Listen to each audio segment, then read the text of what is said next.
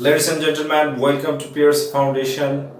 আজকে আমরা A Passage to India এই নভেলটার ক্রিটিক্যাল সামারি নিয়ে ডিসকাস করব। গাইস, Passage to India এই নভেলটা লিখেছেন E.M. ফস্টার। E.M. এর পূর্ণ রূপ হচ্ছে এডওয়ার্ড মর্গান ফস্টার। ফস্টার স্পেলিংটা তোমরা অবশ্যই একটু লক্ষ্য রাখবে, কারণ FOSTER এটা যদি লিখো তাহলে স্পেলিংটা মিস্টেক হবে। তোমাকে অবশ্যই লিখতে হবে FORSTER, ফস্টার। ওকে, তো এডওয়ার্ড মর্গান ফস্টার তিনি একজন মডার্ন নভেলিস্ট এবং এ প্যাসেজ টু ইন্ডিয়া এই নভেলটা 100টা যে বিখ্যাত যে নভেল আছে তার মধ্যে একটি নভেল, এবং এটা বিভিন্ন জরিপ থেকে এই নভেলটাকে কিন্তু গাইস 100টা নভেলের র্যাঙ্কিং এর মধ্যে সবসময়ই রাখা হয়েছে। তো গাইস, E.M. ফস্টারের লাইফ ডিউরেশন হচ্ছে 1879 টু 1970। এখানে আমি দুই তিনটা কি ফ্যাক্টস বলছি যে এই নভেলটার টাইম সেটিং যেটা সেটা হচ্ছে Indian independent movement, during Indian independent movement, অর্থাৎ ভারতে যখন স্বাধীনতা সংগ্রাম চলছিল সেই সময়ে টাইম সেটিং এখানে দেখানো হয়েছে। স্পেশালি 1920 স্টার্ট যে পয়েন্টটা সেটা এখানে দেখানো হয়েছে। এটার প্লেস সেটিং বেসিক্যালি তিনটা। এক নম্বর হচ্ছে চন্দ্রপুর, যেটা একটা কাল্পনিক ফিকশনাল সিটি, আর এই ফিকশনাল সিটিটা বিহারে অবস্থিত, আর এই শহরটা হচ্ছে গঙ্গা নদীর তীরে অবস্থিত। ঠিক আছে, এটা আমি ক্যারেক্টারের মধ্যে পদ্মা বলে ফেলেছি, এটা বাংলাদেশের পদ্মা, ভারতে কিন্তু গঙ্গা, পদ্মাটা লিখবে না। ওকে, এরপরে যে বিষয়টা আছে গাইজ সেটা হচ্ছে যে মৌ, MAU, মৌ, এটা অমৃত শহরের একটা শহর মানে জায়গা, সেখানে এই সেটিংটা লাস্টলি দেখানো হয়েছে। তো এখানে আমি তোমাদেরকে একটা ইনফরমেশন দিয়ে রাখি, সেটা হলো ক্যারেক্টার, সেটিংস, থিমস, এগুলো নিয়ে আমাদের একটা লেকচার আছে। তোমরা PRC ফাউন্ডেশনের এই লেকচারটা দেখে নিবে, তাহলে তোমাদের অনেক বেশি জানকারি মিলবে, আর জিয়াদা জানকারি মিলেগা তো কনফিডেন্স জিয়াদা স্ট্রং হোগা। ঠিক আছে না?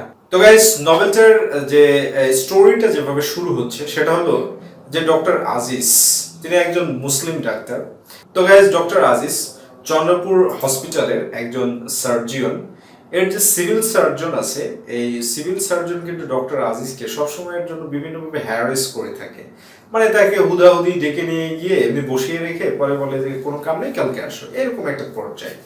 তো ডক্টর আজিজ অফিস থেকে বাড়ি এসেছে, ওই একই কেস ঘটেছে। ডক্টর আজিজের জীবনটা কিন্তু খুব একটা সুখের না, কারণ তার ওয়াইফের অকাল মৃত্যু হয়েছে এবং 3টা বাচ্চা কাচ্চা নিয়ে একটা কোয়ার্টারে সে থাকে, সেখানে কিন্তু সে যথেষ্ট স্বাচ্ছন্দ্যে থাকে না, কারণ হচ্ছে তার বাড়িতে তো অভিভাবক নেই এই কারণে। তো তারপরে তার সিভিল সার্জন তাকে ডেকেছে, তার বাংলোতে ডেকেছে। তো সিভিল সার্জনের হুকুম মানতেই হবে, তো ডক্টর আজিজ সিভিল সার্জনের বাসায় গিয়েছে। তো কিছুক্ষণ বসে রাখানোর পর, তো কিছুক্ষণ ওয়েট করানোর পরে তারপরে তাকে বলছে যে ঠিক আছে তুমি যাও, কোনো কাম নেই, আগামী দিনে আসো। তো ডক্টর আজিজ খুব ফ্রাস্ট্রেটেড যে এটা কি ধরনের আচরণ, আমাকে এইভাবে ডেকে ডেকে হ্যারেস করায়। এই যে বিষয়টা, এটা ডক্টর আজিজের কাছে মানে খুব কষ্টদায়ক একটা ব্যাপার।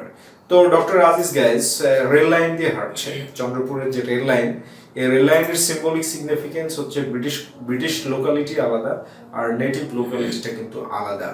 তো এই দিক দিয়ে হাঁটছে, তো চন্দ্রপুরে হাঁটতে হাঁটতে মসজিদের কাছ দিয়ে সে যাচ্ছে। তো মসজিদে একটা মহিলা, সাদা মহিলা, স্যান্ডেল পায়ে দিয়ে মানে জুতা পায়ে দিয়ে মসজিদে ঢুকছে। তখন ডক্টর আজিজ পিছ থেকে ম্যাডাম ম্যাডাম ম্যাডাম ম্যাডাম দাঁড়ান দাঁড়ান দাঁড়ান, এটা মসজিদ, এখানে জুতো পায়ে দিয়ে ঢুকতে হয় না, এবং তাকে রিবুক করে, রিপ্রিভেন্ট করে, বিদ্রুপ করে। তো বিদ্রুপ করার পরে গ্যাস ওই মহিলাও কিন্তু বুঝতে পারে, এবং ডক্টর আজিজের এই কর্ডিয়াল এবং কি বলবো হ্যান্ডসাম ম্যানারে কিন্তু সেই মহিলা খুব বেশি আকৃষ্ট হয়। আর এই মহিলার নাম তো এখনো তোমাদেরকে আমি বলিনি, এই মহিলার নাম হচ্ছে গ্যাস মিসেস মুর। এই মিসেস মুরের সাথে ফার্স্ট অফ অল ডক্টর আজিজের কিন্তু একজন ব্রিটিশ মহিলার সাথে একটা ভালো সৌহার্দ্যপূর্ণ সম্পর্ক হলো।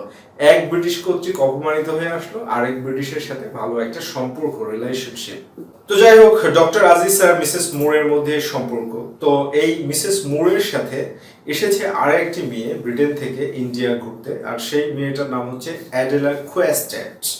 আর এই অ্যাডেলা কোয়েস্টেডের সাথে রনি হিসলপ, মিসেস মুরের যে পুত্র সন্তান রনি হিসলপ, যে এই চন্দ্রপুর শহরের হচ্ছে ম্যাজিস্ট্রেট, সিটি ম্যাজিস্ট্রেট, তার সাথে এঙ্গেজমেন্ট হয়েছে। অর্থাৎ রনি হিসলপের ফিয়ান্সি হচ্ছে অ্যাডেলা কোয়েস্টেড।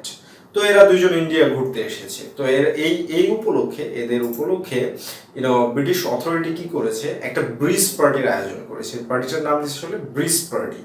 এই ব্রিজ পার্টির আয়োজন করেছে। এই ব্রিজ পার্টিতে কি হয়েছে, তো এই রনি হিসলপ আর হচ্ছে আরো কিছু মুসলিম এই ব্রিটিশ গেস্টকে, সকল গেস্টকে দাওয়াত করা হয়েছে, আর কিছু ইন্ডিয়ান অফিসিয়ালসকে দাওয়াত করা হয়েছে।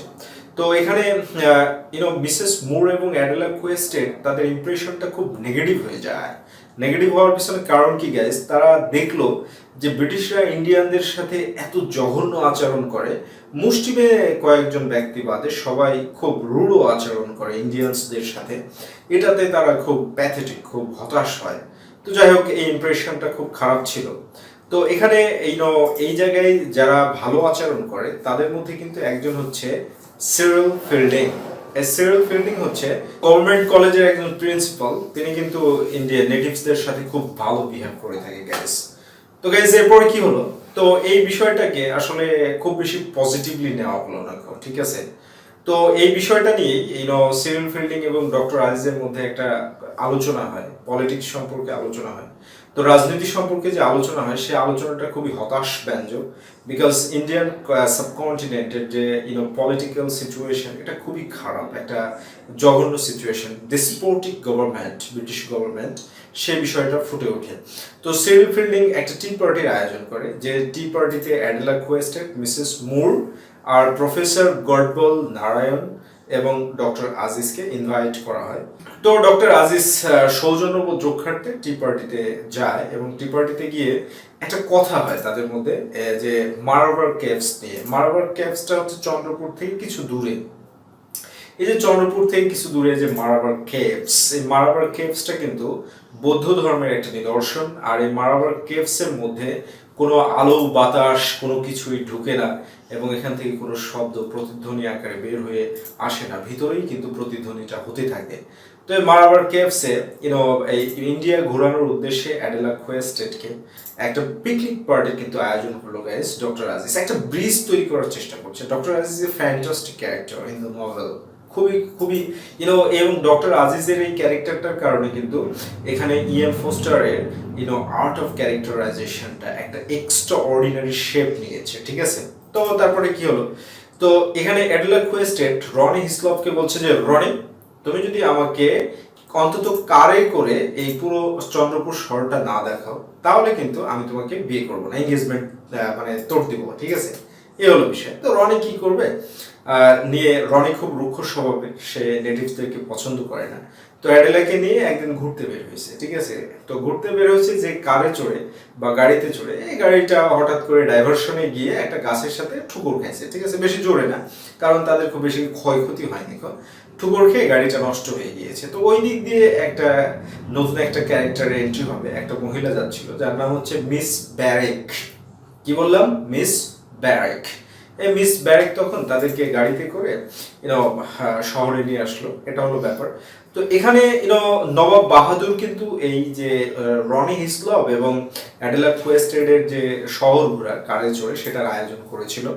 তো যাই হোক, রনি যখন শুনে না যে অ্যাডেলা কোয়েস্টেড ডক্টর আজিজের সাথে, সিরিল ফিল্ডিং এবং প্রফেসর গডবল নারায়ণের সাথে যাচ্ছে হচ্ছে মারাবার কেভস ঘুরতে, এটা কিন্তু এই পিকনিক পার্টিটা মোটেই পছন্দ হয়নি রনি হিসলপের। আর এটা নিয়ে কিন্তু রনি হিসলপ বেশ একটা ষড়যন্ত্র রচনা করে, কনস্পাইরেসি রচনা করে। আর এই কনস্পাইরেসিটা কিন্তু রচনা করে হচ্ছে ডক্টর আজিজের এক বন্ধুর সাহায্য নিয়ে, যে বন্ধুটার নাম হচ্ছে মোহাম্মদ লতিফ। এই মোহাম্মদ লতিফ কি করে, অ্যাডেলা কোয়েস্টেডের সার্ভেন্ট, সেই সার্ভেন্টকে ঘুষ দেয়। ঘুষ দিয়ে বলে যে তুই কিন্তু ওই হিসেবে কাজ করবি, স্পাই হিসেবে, জাসুস হিসেবে কাজ করবি, গোয়েন্দা হিসেবে, ঠিক আছে। এটা হচ্ছে বিষয়। তো যাই হোক, যথারীতি পরের দিন সকালবেলা মিসেস মুর, অ্যাডেলা কোয়েস্টেড এবং ডক্টর আজিজ স্টেশনে গিয়ে পৌঁছে, কিন্তু গডবল নারায়ণ এবং সিরিল ফিল্ডিং এরা দুজন ট্রেনটা মিস করে। ট্রেনে চড়ে যাবে তারা চন্দ্রপুর থেকে মারাবার কেভসে। তো মিস করে। কারণটা কি, যে প্রফেসর গডবল নারায়ণ গাইস, আবার খুব ধার্মিক লোক, সকালবেলা দীর্ঘ প্রার্থনা করতে লেগেছে, মানে মন্ত্র পড়ার কারণে, মর্নিং সং যেটাকে বলা হয়েছে, এই মর্নিং সং এর কারণে সে ট্রেনটা মিস করে। তো এখানে প্রাকৃতিক সৌন্দর্যের অনেক বর্ণনা আছে, ভিডিও অনেক লম্বা হয়ে যাবে, যার কারণে বলতে পারছি না। I am sorry for that. তবে তোমরা যদি ডিমান্ড করো তাহলে মেইন ইস্যুগুলো নিয়ে অবশ্যই আমি আরো ভিডিও বানাবো, ঠিক আছে? তবে ডিমান্ড করতে হবে। আর আরেকটা ব্যাপার হচ্ছে, ভিডিওতে প্রচুর লাইক দিতে হবে এবং ভিডিওটা শেয়ার করতে হবে। যদি তুমি উপকৃত হও তাহলে তোমার মাধ্যমে যেন তোমার ফ্রেন্ড সার্কেল সবাই উপকৃত হয়। This is my humble request and order, okay? Mind it, right? তো এরপরে কি হলো, অ্যাডেলা, আজিজ এবং মিসেস মুর ম্যারাবার কেভসে পৌঁছে গেল। আমি বললাম পথের মধ্যে কিন্তু প্রাকৃতিক সৌন্দর্যের বর্ণনা আছে। তো সেখানে পৌঁছানোর পরে মিসেস মুরের শরীরটা খারাপ হয়ে গেল। তার কাছে পৃথিবীটা নিছক অর্থহীন মনে হতে শুরু হলো, যার কারণে সে বলল যে আমি বাইরে রেস্ট করছি। ডক্টর আজিজ এবং অ্যাডেলা তখন কি করলো, গাইডের সাথে কেভসের মধ্যে ঢুকলো। আর ঢুকে এখানে অ্যাডেলা এই ভৌতিক একটা অবস্থা, কারণ এখানে আলো বাতাসের স্বল্পতা, এবং গাইডের সাথে যেতে হয়, কারণ কেভসে হারিয়ে যাওয়ার, এই যে গুহায়, মারাবারের গুহায় হারিয়ে যাওয়ার একটা সমূহ সম্ভাবনা আছে। এই যে মারামারের গুহাটা, এটার কিন্তু সিম্বলিক সিগনিফিকেন্স আছে। এটার উপরে, এই কোশ্চেনটার উপরে একটা ভিডিও থাকবে, অবশ্যই দেখে নেবে, ঠিক আছে? পয়েন্ট আউট করা থাকবে এবং তোমরা নোটও পাবে, সেই নোটটাও কালেক্ট করবে ইনশাআল্লাহ। তো তারপরে কি দাঁড়ালো গাইস, এই মারাবার কেভস এর মধ্যে ঘোরার সময় ডক্টর আজিজ আবার একটু ধূম পায়, একটু সিগারেট খায়। তো গাইডকে বললো যে তুমি, আমি তো বহুতবার দেখেছি, তুমি অ্যাডেলাকে নিয়ে একটু ঘুরে দেখাও, আমি একটু সিগারেট খেয়ে আসি। এই বেচারা সিগারেট খেতে গেছে। তো সিগারেট খেয়ে এসে দেখতেছে গাইড বেচারা মানে একেবারে সেই ঘুমে আচ্ছন্ন, মানে ঘুমিয়ে আছে, আর অ্যাডেলা চারিদিকে নেই। তখন গাইডকে ডেকে বলে অ্যাডেলা কই। তো দুইজন, গাইড এবং ডক্টর আজিজ, অ্যাডেলাকে খুঁজতে খুঁজতে দেখে যে অ্যাডেলাকে পাওয়া গেল না। অ্যাডেলার হচ্ছে এই যে হ্যান্ড গ্লাসটা ছিল, সেই গ্লাসটা পাওয়া গেল এবং ভাঙা অবস্থায় পাওয়া গেল। তো যাই হোক, ডক্টর আজিজ বাইরে এসে মিসেস মুরকে বলছে যে আমাদের চন্দ্রপুর ফিরে যেতে হবে। এই সময় দেখছে ডক্টর আজিজ যে অ্যাডেলা, সিরিল ফিল্ডিং এবং প্রফেসর গডবল নারায়ণ, এরা তিনজন মিস ব্যারেক্সের কারে চড়ে আবার চন্দ্রপুরে ফিরে যাচ্ছে, ঠিক আছে? তো ডক্টর আজিজ সাদা শীতের মনে চন্দ্রপুরে ফিরে গেল মিসেস মুরের সাথে। ফিরে যাওয়ার পরেই অ্যারেস্টেড, মানে একেবারে কি বলবে, এটা আচানক, unexpectedly doctor Aziz been arrested by the British authority. আর অভিযোগটা কি তোলা হয়েছে দেখো, যে অভিযোগটা তোলা হয়েছে যে অ্যাডেলাকে ডক্টর আজিজ ইনসাল্ট করেছে, অ্যাসাল্টিং করেছে, রেপ করার চেষ্টা করেছে। What a fake and baseless case it is, isn't it? তো তারপরে কি হলো গাইজ, এখানে বিষয় কি দাঁড়াচ্ছে, তো ডক্টর আজিজকে ফাঁসানোর জন্য একবারে পুরো ব্যবস্থা নিয়ে নিয়েছে ব্রিটিশ অথরিটি। আর এই ব্যবস্থাতে ডক্টর আজিজের যে লয়ার, তার নাম হচ্ছে অমৃত রাও। এই অমৃত রাও একজন হিন্দু লয়ার, বাট এ কিন্তু একেবারে অ্যান্টি ইম্পেরিয়ালিস্ট, মানে ইম্পেরিয়ালিজমের বিরুদ্ধে, মানে এর মতো মনে হয় গোড়া পাবলিক তুমি পাবে না। একে ফ্যানেটিক বলা যেতে পারে, ফ্যানেটিক মানে গোড়া সাপোর্টার, যেটা সেটা বলা যেতে পারে একে। মানে এই ইম্পেরিয়ালিজমের এতটাই বিরুদ্ধে, মানে কোনো কিছুই সহ্য করে না। যাই হোক, এখানে অনেক একটা লম্বা ট্রায়াল, যেখানে অনেক ঘটনা আছে। সেই ট্রায়ালের পরে অ্যাডেলা কোয়েস্টেড কিন্তু স্বীকার করলো যে আমার ভুল হয়েছিল, আসলে আমি এটা হ্যালুসিনেশন দেখেছিলাম। এবং এখানে সিরিল ফিল্ডিং ব্যাপক ভূমিকা পালন করে ডক্টর আজিজকে বাঁচানোর জন্য, এবং শেষ পর্যন্ত ডক্টর আজিজ কে বাঁচানোর জন্য কিন্তু আপামর জনসাধারণ একটা অনশন, একটা ধর্মঘট, একটা আন্দোলন শুরু করেছিল, এবং ডক্টর আজিজ কিন্তু বেঁচে যায়। এই যে ডক্টর আজিজ বেঁচে গেল, এই উপলক্ষে কি হলো, রনি হিসলপ খুব ক্ষিপ্ত, কালেক্টর খুব ক্ষিপ্ত, সার্জিয়ন ক্ষিপ্ত, পুলিশ সুপারিনটেন্ডেন্ট চন্দ্রপুরের সে খুব ক্ষিপ্ত। কিন্তু সিরিল ফিল্ডিং তখন দেখলো, ও গাইস, এখানে একটা ছোট ইনফরমেশন দেওয়া দরকার। যখন কেস হাত থেকে ফসকে যাওয়ার সম্ভাবনা ছিল, কারণ মিসেস মুরকে যদি সাক্ষী হিসাবে ডাকা হয়, এই কারণে কিন্তু মিসেস মুরকে রনি হিসলপ কি করে, তাকে পাঠিয়ে দেয় ব্রিটেনে। এবং এই পাঠানোটা নিয়ে কিন্তু ব্যাপক একটা সন্দেহ রয়েছে, ঠিক আছে? আসলে কি পাঠানো হয়েছিল কিনা, ইট ইজ কোয়াইটলি অপেক, এটা বেশ একটা অস্পষ্ট বিষয়। তো যাই হোক, তো তারপরে কি হলো, যে ডক্টর আজিজ মুক্তি পেয়ে গেল, এবং মুক্তির পরে একটা পার্টি হবে না, এত কষ্ট করলো, তো পার্টি হলো। পার্টি হওয়ার পরে সেখানে আবার সিরিল ফিল্ডিং এর সাথে ডক্টর আজিজের কথা হলো, কিন্তু this time doctor Aziz Cyril ফিল্ডিংকে একেবারে সহ্য করতে পারছে না। এখানে পলিটিক্স নিয়ে, ফিলোসফি নিয়ে কথা হয়েছে। অ্যান্ড দিস টাইম ইন্ডিয়ান সাবকন্টিনেন্টের ফিলোসফিক অ্যান্ড পলিটিক্যাল কন্ডিশন এটা খুবই খারাপ উপস্থাপিত হয়েছে। তো যাই হোক, ডক্টর আজিজ কি করলো যে মুক্তির পরে সে মাওতে চলে গেল। কোথায় চলে গেল? মাওতে। এবং সিরিল ফিল্ডিং অ্যাডেলা কোয়েস্টেডকে ব্রিটেনে ফিরিয়ে নিয়ে ব্রিটেনে তার সঙ্গে ফিরিয়ে নিয়ে গেল, মানে তাকে নিরাপদে ব্রিটেনে পৌঁছে দিল, ইংল্যান্ডে পৌঁছে দিল। তো এখানে দীর্ঘদিন অনেক টাইম পাস হয়ে গেছে, অনেক সময় পরে আবার এই প্লটটা দেখানো হয়েছে। তো মাও, অমৃতসরের মাওতে, এখানে প্রফেসর গডবল নারায়ণ তিনি এখানে খুব ধার্মিক জীবনযাপন করেন এবং এখানে তিনি খুব প্রসিদ্ধ একজন ব্যক্তিতে পরিণত হয়েছেন। তো এখানে ডক্টর আজিজ একটা সেটেলমেন্ট নিয়েছে। তো অনেকদিন পরে সিরিল ফিল্ডিং আবার মাওতে গেছে, MAU মাও। এখানে গিয়ে আবার এই মাওতে গিয়ে কি হয়েছে যে সিরিল ফিল্ডিং প্রয়াস করছে ডক্টর আজিজের সাথে ফ্রেন্ডশিপ স্থাপন করার জন্য। বাট গাইস, ডক্টর আজিজ এতটাই বেশি ক্ষিপ্ত ইম্পেরিয়ালিস্টদের উপরে যে তার কোনো রুচিবোধই নেই সিরিল ফিল্ডিং এর সাথে কথা বলার। এবং এখানে আরো একটা পয়েন্ট হচ্ছে, সিরিল ফিল্ডিং কিন্তু ডক্টর আজিজের কাছে মানে একটা চিঠি লিখেছিল যে সে বিয়ে করছে। তো ডক্টর আজিজ ভেবেই নিয়েছিল সেই মেয়েটা অ্যাডেলা কোয়েস্টেড হবে। এটা একটা মিসআন্ডারস্ট্যান্ডিং, এবং এই মিসআন্ডারস্ট্যান্ডিং এর মাধ্যমে যেটা দেখানো হয়েছে যে মানুষের মিসআন্ডারস্ট্যান্ডিং হলে অনেক ভালো সম্পর্ক কিন্তু গায়ে। তো উপন্যাসের শেষটা এরকম ভাবে হয় গাইস যে সিরিল ফিল্ডিং এবং মিস্টার আজিজ দুইজন আবার পুনরায় বন্ধুত্ব স্থাপনের উদ্দেশ্যে সে সিরিল ফিল্ডিং মিস্টার আজিজের সাথে ফরেস্ট ভ্রমণ করে ঘোড়ায় চড়ে। কিন্তু সেখানে তাদের মধ্যে লং একটা ডায়ালগ হয় ইন্ডিয়ান পলিটিক্স এবং এই ফিলোসফি নিয়ে।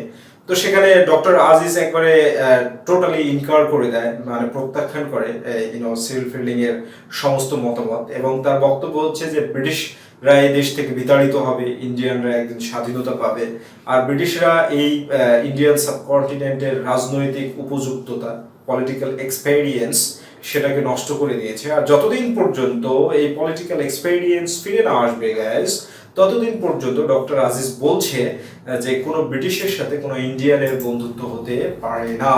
এবং এখানে কিন্তু ডক্টর আজিজ ফাইনালি আরো একটা বিষয় উপস্থাপন করেছেন যে ইন্ডিয়ান সাবকন্টিনেন্টে যদিও হিন্দু আর মুসলিমসের মধ্যে রিলেশনটা খারাপ, তারা একজন আরেকজনকে ঘৃণা করে, তারপরেও ব্রিটিশদেরকে তারা উভয়ে আরো অনেক বেশি ঘৃণা করে। এইভাবে চমৎকার একটা উপস্থাপনার মাধ্যমে এই উপন্যাসটা শেষ হয়েছে।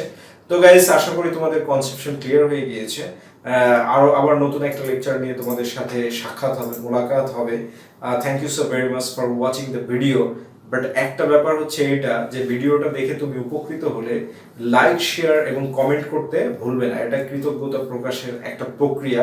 অবশ্যই অবশ্যই তুমি তোমার বন্ধুদের সাথে এটাকে শেয়ার করবে যেন তারাও তোমার মতো উপকৃত হতে পারে। আর যদি উপকৃত না হও তাহলে শেয়ার করার কোনো দরকার নেই, ওকে? আর ভালো না লাগলে অবশ্যই ছোট করে একটা ডিসলাইক দিবে, আর যদি ভালো লাগে তাহলে অবশ্যই ছোট করে একটা লাইক দিবে। Have a good day.